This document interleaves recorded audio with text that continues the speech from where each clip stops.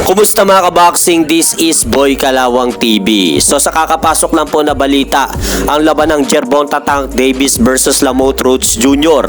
na magaganap po sa susunod na taon sa buwan ng Marso ay tuluyan na nga pong kinansila dahil sa wala nga pong gustong mangyari ang laban na yan. Maging ang mga solid boxing fans ay ayaw nga pong maganap ang laban ni Tank Davis at Lamont Rhodes Jr. dahil alam nga po ng mga solid boxing fans na ito pong si Lamont Rhodes Jr. ay nangangampanya lang po ito sa timbang ng Junior Lightweight Division o 130 pounds. Habang si Gervonta Tank Davis naman po mga idol ay nangangampanya naman sa Lightweight Division o 135 pounds. Kaya alam nga po ng mga solid boxing fans na magiging one-sided lang po ang magaganap na laban na yan kapag natuloy.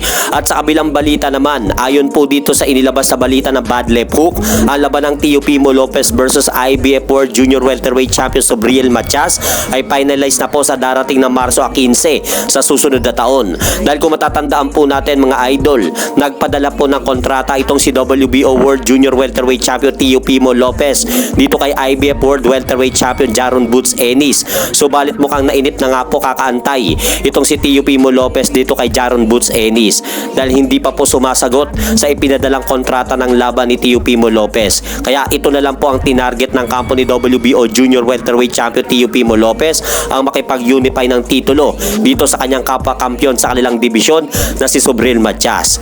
At sa kabilang banda, matapos matalo nitong si Tyson Fury sa kamay ni Alexander Usyk noong linggo via lopsided unanimous decision, ay naninindigan pa rin po si Tyson Fury na siya ang nanalo sa kanilang rematch ni Alexander Usyk. Pero kabaliktaran naman po mga idol ang tingin ng mga nanonood ng kanilang laban. Kaya siguro mga idol, nasabi ni Tyson Fury ang mga kataga na yan dahil inaasahan po nito na hindi siya mapapabagsak ni Alexander Usyk sa laban dahil sa weight advantage nito. Dahil kung matatandaan po natin mga idol, tumimba nga po si Tyson Fury sa kanilang official and final weigh-in ni Alexander Usyk ng 281 pounds. Kaya tiwala nga po ito na papabor sa kanya ang mga hurado sa laban. At hanggang dito na lang po muna ang aking update sa mga aganapan sa mundo ng boxing. At syempre mga idol, huwag nyo rin pong kalimutan, pakisuportahan nyo naman po muna ang ating munting channel. Maraming salamat po.